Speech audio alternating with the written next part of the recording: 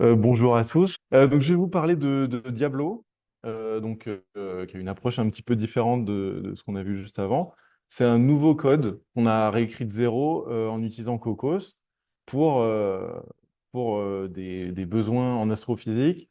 Donc, c'est un code AMR pour l'Exascale qui utilise Cocos. Donc, ça fait 4 ans maintenant qu'on le développe. Au départ, c'était à la Maison de la Simulation par Pierre Kessner et ça a été repris par nous au CEA à l'IRFU. euh, donc, pour développer Diablo avec Cocos. Un petit peu de contexte. Les besoins en astrophysique qu'on a, c'est de simuler les phénomènes physiques à peu près toutes les échelles de l'univers pour aller des échelles les plus grandes, je ne sais pas si vous voyez le pointeur, oui, c'est bon, des échelles la plus grande, la cosmologie, jusqu'aux échelles les plus petites, qui sont quand même des échelles pas forcément toutes petites, puisque c'est l'échelle solaire, par exemple. En passant par tout ce qu'il y a au milieu, comme les formations de galaxies ou les formations de systèmes planétaires, par exemple.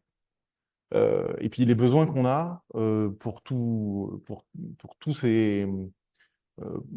tous ces phénomènes, en fait, à chaque fois, on a toujours besoin de plus de puissance de calcul pour comprendre des phénomènes de plus en plus fins et avec de plus en plus de physique. Et bien sûr, pour avoir plus de puissance de calcul, je ne vous apprends rien du tout. euh, il faut aller vers l'Exascale et les GPU parce que c'est ce qu'on installe dans les centres de calcul. Bon, je ne vais pas détailler tout ça ici, mais en gros, on a ces nouvelles architectures qui arrivent qu'il faut programmer avec des piles logicielles qui sont peut-être un petit peu plus compliquées, en tout cas qui sont plus difficiles à programmer. Et c'est pour ça qu'on a besoin d'une nouvelle pile logicielle. Nous, dans Diablo, en fait, on est là pour remplacer une application au départ qui fait de la MR en Fortran, une application qui s'appelle Ramsès. Donc, c'est un gros code de calcul avec une grosse communauté. Donc, comme on a vu juste avant, ce contrat de progrès à l'Idris là, qui a essayé de porter un certain nombre de codes, ce code Ramsès a aussi fait partie de ces codes qui ont été portés. Et on a vu que ça ne marchait pas. On n'arrivait pas avec les structures de données qu'on avait, avec le Fortran OpenACC, etc. On n'a pas réussi à avoir de la performance sur GPU. Le constat qu'on a fait, nous, pour trouver cette nouvelle pile logicielle, c'est que les anciens langages, j'ai envie de dire, le Fortran, je sais que ça fait rire à chaque fois, mais en gros, le Fortran, il y a un problème de modèle de programmation pour le GPU. Il y a cette histoire à chaque fois d'avoir des codes MPI only, donc pas fait pour faire du calcul en mémoire partagée, enfin du parallélisme en mémoire partagée au moins. Et souvent, les algorithmes et les structures de données ne sont pas très adaptés au GPU. Et c'est pour ça que nous, on a décidé de réécrire de zéro un code avec cette nouvelle pile logicielle à base de C++ et de Cocos, enfin pour la parallélisation, Cocos plus MPI. Bien sûr, il a fallu écrire des nouveaux algorithmes pour supporter le hardware de l'Exascale, notamment les GPU. Euh, En plus de ça, en plus de cette nouvelle pile logicielle, on essaie aussi de mettre en place des méthodes de développement plus récentes. Notamment, le constat qu'on a, c'est que dans la simulation, il y a beaucoup ce qu'on appelle des one-man codes. C'est-à-dire que c'est un code écrit par un physicien qui fait aussi un peu d'informatique et un peu de HPC, bien souvent. Et en fait, c'est plus possible maintenant parce que la physique devient plus compliquée. Bien sûr, il faut des modèles de plus en plus fins, etc. Le code devient de plus en plus compliqué à cause des GPU, à cause de toutes ces différentes architectures. Et c'est pour ça que nous, ce qu'on essaie de mettre en place, c'est ce qu'on appelle la separation of concerns, c'est-à-dire faire que les physiciens fassent de la physique et les informaticiens fassent de l'informatique. Et concrètement, nous, ça ressort avec ce cycle de développement où on écrit du logiciel sous forme d'interface abstraite pour parcourir le maillage, pour faire des choses dessus. Les physiciens écrivent leur noyau grâce à ces interfaces et ils nous font leur retour pour savoir quelles features il faut ajouter, qu'est-ce qui n'est pas pratique pour eux, qu'est-ce qui fonctionne pas bien, etc. Et qu'est-ce qui fonctionne bien aussi. Et tout ça pour encourager la collaboration entre des gens qui vont faire du HPC et des gens qui vont faire de la physique, vraiment, pour ajouter facilement de nouvelles physiques et pouvoir optimiser facilement le code de l'autre côté aussi. Donc, concrètement, ce qu'il y a dans Diablo au niveau physique, donc c'est pour la communauté astrophysique. en général. Et donc, c'est de la simulation multiphysique avec de l'hydrodynamique, de la MHD aussi, et des particules aussi, donc de l'autogravité, des choses comme ça. Et j'ai mis trois petits points ici pour dire aussi que les, les physiques qu'on rajoute, ou en tout cas les schémas de physique qu'on rajoute, c'est aussi en lien avec ce qu'on nous demande dans ce processus un peu itératif de rajouter des interfaces. Un autre point important, c'est l'utilisation du maillage adaptatif, donc de l'AMR, où on utilise l'AMR parce que en astrophysique, on en a vraiment besoin. Il y a des zones, par exemple, comme on voit dans cette simulation de cosmologie, il y a des zones où on va avoir du vide, et là, on ne veut pas de la résolution à ces endroits-là. Et bien sûr, il y a l'utilisation de COCOS et de MPI pour le parallélisme. Voilà. Euh, Je voulais dire un petit mot aussi sur l'AMR, parce que bon, je sais très bien que pour chaque code AMR, en fait, il y a une conception un peu différente de l'AMR. Tout le monde qui dit qu'il fait de l'AMR, il fait des choses différentes. Donc, je veux préciser un petit peu ce qu'on fait nous. Donc, bien sûr, il y a toujours cet aspect adaptatif où on veut plus de résolution dans les régions plus intéressantes. Par exemple, sur ce blast ici, on voit qu'on a plus de résolution sur le front. Euh, et, euh, et voilà. Ce qui est un peu différent de ce que peuvent faire certains autres codes, c'est que nous, on utilise une AMR basée sur un octree, c'est-à-dire que chacune des cellules va être subdivisée en plusieurs sous-cellules quand on veut augmenter la résolution. Et ce qui est important de comprendre aussi, c'est la dynamicité du maillage, c'est-à-dire qu'il peut changer à tous les pas de temps. Et donc, il faut prendre en compte que ça a un coût de changer ce maillage. Euh, il faudra faire attention à ce que ça ne prenne pas plus de temps que le calcul en lui-même. Voilà, donc ça pose deux problèmes pour le GPU. Il y a cette histoire d'avoir des algorithmes efficaces pour faire ce remaillage, donc ce raffinement-déraffinement. Et il y a le problème que l'AMR, ça fait des access patterns qui sont beaucoup plus irréguliers que de la grille régulière. Donc, ce qu'on a dû faire pour le GPU, pour l'AMR, et puis comme on a pu recommencer de zéro un nouveau code, on a pu se poser les questions de base euh, sur comment on veut stocker les choses. Donc il y a deux principales questions. C'est comment stocker les données sur la grille et comment les parcourir. Et ensuite, comme on a besoin de faire des schémas de type volume fini dans notre cas, mais stencil plus généralement, on a besoin de récupérer le voisinage, ce qui est un peu plus compliqué que ce qu'on aurait en GriffX. Donc ça, c'est les deux questions. Comment stocker et parcourir et comment accéder au voisinage. Donc nous, on a mis en place des solutions en utilisant Cocos. Euh, pour stocker, pour stocker, on utilise bien sûr les Cocos View, qui sont les tableaux de données Cocos. On a stocké ça dans l'ordre de Morton, donc, selon la Z-curve. Et on parcourt juste ces tableaux de données. Et ensuite, pour accéder au voisinage, on a mis en place des nouvelles structures de données qui remplacent complètement ce qu'il y avait dans ce code Ramsès qui était à base de structures chaînées et qui utilisent plutôt des tables de hachage qui sont beaucoup plus efficaces sur GPU et qui peuvent être parallélisables. Voilà. Donc nous, on utilisait au départ une bibliothèque externe pour faire ce raffinement-déraffinement. C'était une bibliothèque CPU seulement, donc du coup, on avait des problèmes de performance. C'est ce qui prenait le plus de temps dans le calcul. Donc on a réécrit notre propre backend qui utilise Cocos pour être compatible GPU pour faire ce raffinement-déraffinement et toutes les subtilités qu'il y a à calculer pour la MR.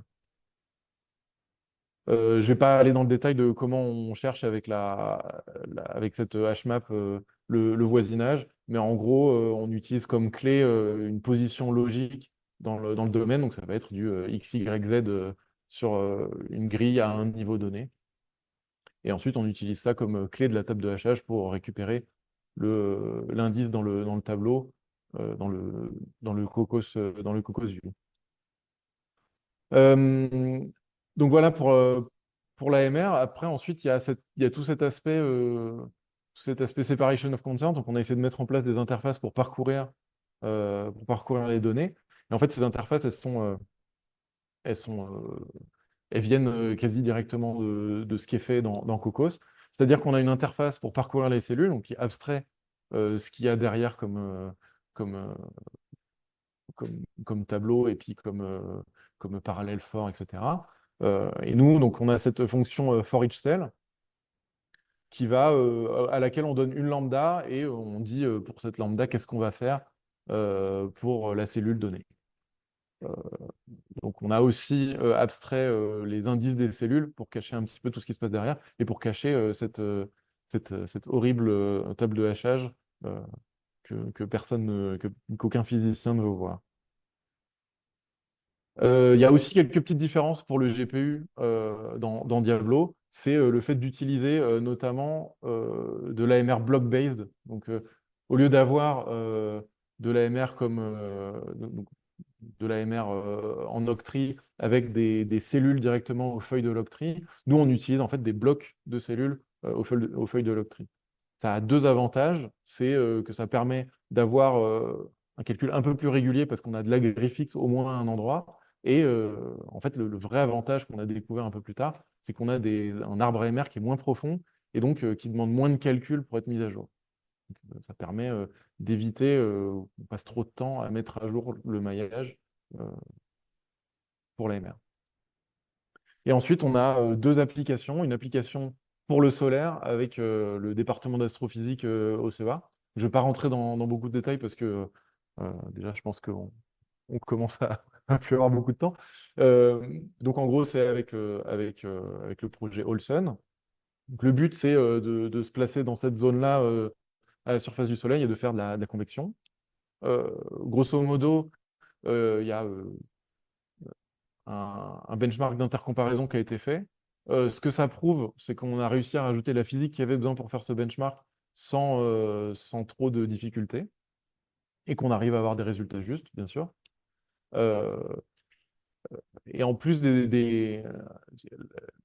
la chose qu'il y a en plus par rapport aux autres codes, c'est qu'on arrive à avoir de l'AMR, ce qu'ils font pas les autres codes, et on arrive à avoir du GPU sans trop de soucis.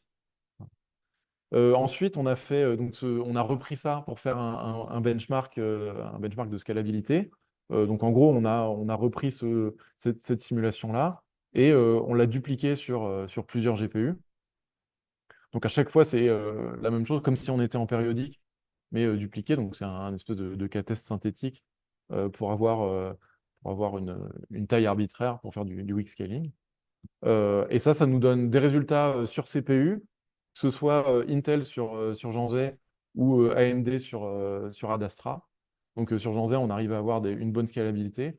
Sur Adastra, on a eu deux, trois petits problèmes liés à OpenMP, je pense. Donc là, on est encore en train de chercher ce qui se passe exactement. Et ensuite, sur GPU, que ce soit sur NVIDIA, sur Janzé, où là, c'est pareil, il y a peut-être des petits problèmes de réseau sur les histoires de cycle AMR, etc., qui font qu'on a des temps un peu bizarres et qui varient beaucoup, en fait, quand on utilise quasi toute la machine. Et ensuite, on a fait ce run sur Adastra jusqu'à 2048 GCD, où là, on voit qu'on a une performance qui est plutôt bonne. Il y a peut-être quelques petits bémols sur la pile logicielle AMD, où on voit quand même qu'il y a des performances qui sont moins bonnes que sur NVIDIA. Là, je pense que vous aurez des questions, notamment sur cette partie verte ici. Voilà. Et puis, il se passe plein d'autres trucs où on rajoute de la physique et ça marche plutôt bien. Une deuxième application que je voulais montrer, je ne sais pas combien on est là, mais une deuxième application que je voulais montrer, c'est de la cosmologie avec du transfert radiatif. Et en fait, là, c'est pour montrer qu'on peut rajouter de la physique très différente, parce que là, en plus de l'hydrodynamique comme ce qu'on avait juste avant, on a des particules autogravitantes et du transfert de rayonnement. Et donc ça, on arrive avec la même base de code à avoir des bons résultats sur des petits k-tests, euh, avec la même base de code et avec des physiques assez différentes, qu'on est plutôt content de ce qu'on arrive à faire. Et voilà, donc c'est la conclusion. Donc, en conclusion, la portabilité de performance avec Cocos, ça marche bien. En tout cas, s'il faut réécrire un code de zéro, nous, on est très content d'avoir choisi Cocos. On arrive à tourner sur CPU et sur GPU sur tous les vendeurs. J'ai même réussi à faire tourner sur mon PC, sur mon portable, sur mon GPU intégré Intel. Donc, ça fonctionne. je ne suis pas sûr que ce soit très HPC de faire tourner sur son GPU intégré. Mais voilà, donc on arrive à avoir de la performance, de la scalabilité, et on arrive à cacher un petit peu la complexité du code GPU derrière nos interfaces. Je vous ai présenté les deux applications et ce qu'on a dû faire pour le GPU. Et je pense que ça conclut. Et si vous avez des questions. Ouais, Julien. Alors, moi, je n'ai pas de question sur ta barre parce que j'avais eu plein de fois la réponse dans le. Puis, justement, vous donnez les manettes et la possibilité de dire aux chercheurs qui bossent en France sur le GPU, sur la pile logicielle en dessous de Diablo. Quelle serait ta lettre au Père Noël pour savoir sur quel sujet il faut bosser, quels sont les trucs les plus importants pour vous? Bah, lettre au Père Noël, je pense qu'elle concernerait Cocos. Euh, et il faudrait du support pour Cocos. Alors là, j'ai pas de... tu me prends un peu au dépourvu. Mais je pense que oui, il faut du support pour Cocos et il faudrait probablement du support aussi, au-delà de porter les applications, peut-être avoir quelque chose pour plutôt réécrire des applications ou au moins avoir des nouvelles applications qui seraient basées sur Cocos. Parce que c'est vrai qu'on voit que souvent, le, la réponse à pourquoi OpenACC, pourquoi autre chose, la réponse c'est ben, on fait du Fortran depuis 20 ans et on ne peut pas recommencer de zéro.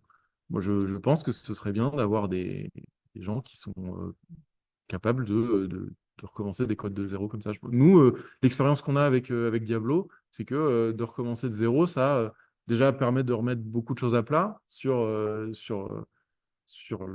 l'informatique, sur comment faire les choses, les algorithmes, etc. Et en fait, nous, on se rend compte que ça met beaucoup de choses à plat aussi sur la physique qui a été implémentée dans le code.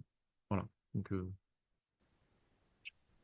On comprend bien, tu dis, il n'y a pas besoin de nouvelles fonctionnalités, il y a tout ce qu'il faut. Ce qu'il nous faut maintenant, c'est plein d'ingénieurs pour écrire des applications. C'est ça, en gros, ta réponse. la réponse, c'est que oui, je pense que c'est la priorité, ce serait d'avoir plein d'ingénieurs pour faire des trucs et après avoir les fonctionnalités que ces ingénieurs-là demandent. Mais On est oui, je sais, bah, nous, T'as pas identifié des choses qui te manquaient. alors, parce que, après, tu sais très bien que on a ce PTC, donc un projet interne CEA, avec Sexa, pour essayer d'avoir des outils pour faire de l'optimisation sur Cocos. Donc, nous, c'est ce qu'on va avoir besoin là maintenant. Ce qu'on aurait besoin, c'est des gens pour nous aider à optimiser notre code Cocos sur GPU et sur toutes les architectures qu'on a besoin. Donc, ça, c'est nos besoins là maintenant tout de suite. Sur les fonctionnalités, dans Cocos, je crois que nous, on utilise beaucoup le cœur de Cocos et pas forcément les fonctionnalités qu'il y a autour. Je sais que vous vous concentrez par exemple sur la FFT ou les choses comme ça. Nous, pour l'instant, on n'en a pas vraiment besoin. Je pense que on aura besoin de solvers linéaires et de choses comme ça, mais je pense qu'on va devoir les écrire nous-mêmes parce que nos structures de données sont pas exactement celles qu'on aurait dans les librairies. Voilà, bon, je pars sur plein d'autres sujets. Et, euh, et puis, ouais. Bon, ma question, c'est l'AMR. L'AMR, c'est un surcoût par rapport à vos calculs sur le statistique de correct. C'est quoi l'overhead? C'est quand si tu compares par exemple, le calcul sur la grille de film et tu tournes ton calcul sur la grille de film avec un statistique et ensuite tu peux retourner avec le code aligné. C'est quoi le surcoût en temps? C'est une bonne question. On n'a pas de chiffres là-dessus. En fait, on s'est concentré sur rajouter les fonctionnalités, beaucoup, être sûr que ce soit pas plus lent que ce qu'on avait sur le code d'avant. Et on n'a pas encore regardé cet aspect-là. Donc, nous, enfin, dans l'idéal, moi, ce que j'aimerais bien faire, c'est rajouter un back-end à ces interfaces qui serait un back-end GriffX pour pouvoir comparer ça, justement. Alors, forcément, ça a un gros surcoût d'avoir de l'AMR, mais ça permet aussi de faire des choses qu'on ne pourra pas faire sinon. Oui, alors la vraie problématique en astrophysique pour les grosses simulations, en général, c'est plutôt la mémoire que le temps de calcul. Donc, ce qui est important pour la communauté astrophysique, en tout cas, par exemple, pour la Cosmo, je pense à ça directement. Ce qui est important, c'est d'avoir un code qui consomme pas trop de mémoire. Voilà. Et donc, la performance, après, si on perd un petit peu de performance, eux, ça leur permet de faire des choses qu'ils ne pourraient pas faire sinon. Juste.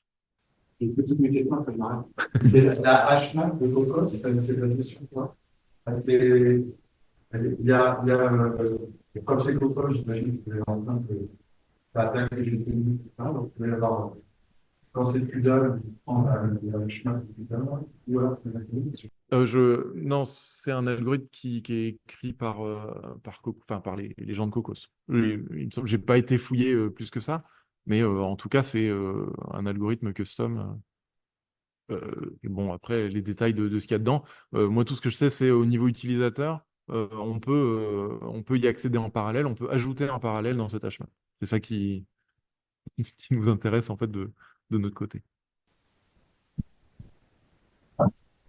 Non, c'est plus sur la stratégie de l'exécution.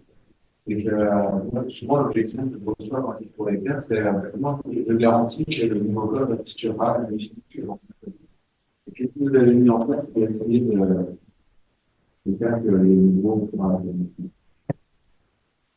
Ouais, alors, on a la chance, nous, que Ramsès n'est pas forcément très, très carré sur la restitution non plus. Voilà, sans être médisant, c'est toujours un petit peu. Toujours... Non, en fait, ça a toujours été un code communautaire où les gens rajoutaient leur physique pour faire ce qu'ils voulaient eux. Et donc, en fait, le but là, c'est d'avoir un espèce de framework pour que les gens puissent rajouter ce qu'ils ont envie de rajouter. Donc, forcément, ça n'a pas forcément exactement le même résultat, etc. etc. Peut-être vraiment bien. Projet, par exemple, dans le cadre de ces cas-là, c'est un projet avec Diablo qui consiste à extraire les noyaux, extraire les entrées et les sorties du noyau pour être capable, comme je disais, un peu faire de tuning, des choses comme ça dessus, en s'assurant qu'on garde les résultats. Et de l'autre côté, avec un code portant, une stratégie de migration de noyau par noyau vers Cocos. Si on regarde ces deux choses côte à côte, on peut tout à fait imaginer, voilà, dans un code portant existant, remplacer noyau par noyau, en sachant que le noyau conserve les mêmes sorties, étant donné les entrées qu'on a pu enregistrer dans la version portant existante et basculer comme ça vers des noyaux. Donc, on teste, on teste que, étant donné les mêmes entrées, on obtient les sorties. Ça, c'est des choses sur lesquelles on travaille. On va travailler. Une question, est-ce qu'il y a des... Est-ce que ce stade, Diablo est utilisé en production par les équipes? Alors en production, pas vraiment, mais en tout cas, je dirais qu'il y a des papiers de recherche, par exemple sur le solaire, là, où ils ont fait cette intercomparaison. Donc il y a des papiers de recherche qui tournent. Alors c'est pas à l'échelle 2000 GPU comme ce qu'on a pu faire pour le test de scalabilité, mais ça tourne sur quelques GPU pour faire de la science, déjà. C'est des gens qui avant, pour Access, mais qui commencent à... Alors, pour le solaire, ils n'utilisent pas Ramsès, ils utilisent d'autres codes, mais notamment tout cela là, et puis un autre code enfin, donc ils utilisent, il y a plein de codes là, et ils font une intercomparaison, et, euh, et voilà. Voilà, Des gens qui utilisent Access, ils passent à Diablo, il y en a. Ouais, ben, cette application sur la cosmologie, là, en fait, on rajoute encore de la physique pour avoir quelque chose de bien, mais là, on devrait pouvoir avoir rapidement un papier méthode pour dire tout ce qu'on a fait dans Diablo, parce que pour l'instant, on n'a pas publié encore sur Diablo directement. Un papier méthode, probablement à l'échelle avec de la cosmologie, mais ça, c'est encore ouvert, savoir quelle simulation on va faire tourner. Je pense qu'il faudra des belles images et des belles simulations pour pouvoir publier. Oui, enfin, on a déjà beaucoup de monde, on a déjà du mal à tenir le rythme parce qu'on est que deux en fait à développer le cœur de Diablo. Et donc, on commence à avoir déjà beaucoup de monde. Je disais que, par exemple, dans le solaire, il y a plein de gens qui rajoutent d'autres physiques, d'autres géométries, par exemple, pour avoir de la géométrie sphérique, puisque personne n'est dupe, le soleil n'est pas carré. Voilà. Il a peur de Ramsès, c'est Je ne saurais pas dire, c'est beaucoup de monde. l'heure de la centrale. On est de l'ordre de, ouais, je pense, plusieurs centaines, ouais, je dirais. Après, ça dépend, il y a plein de forks qui font des choses un peu différentes, etc. Donc, ça dépend qui on inclut et qui. Ok. Merci. Donc, l'aspect distribué. Nous, sur l'aspect distribué, on fait du MPI comme on ferait normalement, et ça pose pas vraiment de problème. Donc, Cocos plus MPI. Focus plus MPI, ça marche très bien. On n'a pas, non, on n'a pas de problème particulier. Peut-être les remote spaces, peut-être qu'on utiliserait ça. Je ne sais pas pour l'instant. De toute manière, sur nos cas tests, on n'a pas vraiment de problème de. Ah, les coms sont pas forcément ce qui dérange le plus pour l'instant. Donc, on n'a pas été chercher plus loin pour l'instant. Mais je pense que à l'échelle, sur des trucs plus gros, Vous faites exécuter direct. Donc. on fait du GPU direct. On fait ce qui est disponible à travers MPI, en fait, hein. Ça, on contrôle pas vraiment. Nous, qu'est-ce qu'on peut faire? Mais en fait, on peut, soit si le GPU, enfin, si le GPU aware est disponible, on donne des buffers GPU. Et sinon, on copie et on donne des buffers CPU. Enfin, on peut faire les deux. Et pour l'instant, on voit pas d'énormes différences entre les deux parce qu'on n'a pas des cas tests qui posent trop de problèmes. Ouais. Juste pour la partie AMR, est-ce que vous êtes comparé à des outils comme Amrex, par exemple, en termes de pour comparer les performances dans la physique? Ouais, enfin, on a regardé un petit peu, mais j'ai pas de chiffres clairs là-dessus. On a comparé avec. Moi, à un moment, j'avais comparé avec un code qui s'appelle Gamer 2, et puis on avait à peu près des perfs qui étaient comparables, mais c'était il y a longtemps. On avait moins de physique. Là, on a rajouté plein de choses, et en fait, on a rajouté des choses sans forcément faire des optimisations. Donc, du coup, en fait, le code a un petit peu ralenti par rapport à quand on avait juste de l'hydrodynamique pure. Euh, Maintenant, il faut qu'on fasse une passe d'optimisation où on optimise tout ça. Amrex, au début, tu présentais, il y a plein de manières de faire de l'AMR. Amrex, ils font de l'AMR par patch, donc c'est une manière assez différente de faire de l'AMR. Je ne suis pas sûr qu'il y ait une comparaison un point qui ait vraiment du sens. Donc, tu ne mets pas de la physique au-dessus pour avoir de la physique comparable, quoi. Tu peux pas juste dire je fais la même AMR et regarde tout ça. C'est un peu comme la question physique pour le comparer sur une physique fine quoi. C'est juste avoir un élément de comparaison. Ouais. On regardera ça probablement quand on écrira notre papier de méthode. Il faudra tout faire ce genre de comparaison. Mais c'est toujours difficile de trouver des cas de tests qui sont équivalents. Ça, c'est toujours un problème. Et puis même rien que des métriques, pas forcément évident d'avoir des métriques qui sont équivalentes. Par exemple, nous, on nous demande beaucoup des performances en nombre d'updates de cellules par seconde. Avec le block base, en fait, on a plus de cellules que ce qu'on devrait, parce que du coup, il faut forcément. Enfin, je sais pas si c'est clair pourquoi on a plus de cellules avec le block base, mais comme on a des blocs un peu plus gros, on a un AMR un peu moins fin qui va moins suivre les contours, on va avoir plus de cellules. Donc, ça va nous faire exploser notre nombre d'updates de cellules par seconde, mais ce sera des updates qui serviront à rien. Donc, c'est pas une métrique qui va bien marcher pour nous, par exemple. Pierre, après, il demande, il y a un backend HPX, pourquoi ne pas l'utiliser plutôt que faire la MPI également? Euh, Vous n'avez pas regardé. On n'a pas regardé, ça marche très bien avec MPI à la main. En fait, on n'a pas beaucoup de problèmes avec MPI à la main, et puis c'est ce qu'on sait faire. Et puis voilà. Non, et puis surtout, MPI est disponible partout, c'est quand même plus compatible avec les calculateurs. Et Florent nous dit, Alors, sur les solveurs linéaires, Sur les solveurs linéaires, oui, c'est un grand débat qu'on a, notamment dans le groupe qui travaille sur l'AMR dans NUPEX. Euh, Parce que je pense qu'on ne peut pas utiliser des solveurs black box, par exemple, parce que pour plusieurs raisons. Moi, je pense qu'il faudrait déjà du matrix free. On a du mal à en avoir pour les raisons qu'on disait tout à l'heure, parce qu'il y a des contraintes de mémoire. On ne peut pas construire une matrice qui est de la taille de notre maillage. Euh, il va y avoir des interactions avec l'AMR, c'est-à-dire qu'on ne va pas vouloir mettre à jour toutes les cellules à tous les pas de temps. Donc, du coup, sur les solveurs linéaires, il va falloir des adaptations. Si on est en black box, on va avoir du mal. Plein de petits détails comme ça où moi j'ai du mal à voir dans le paysage actuel sur les solveurs qui existent, qu'est-ce qu'on peut utiliser pour l'AMR dans Diablo. Voilà.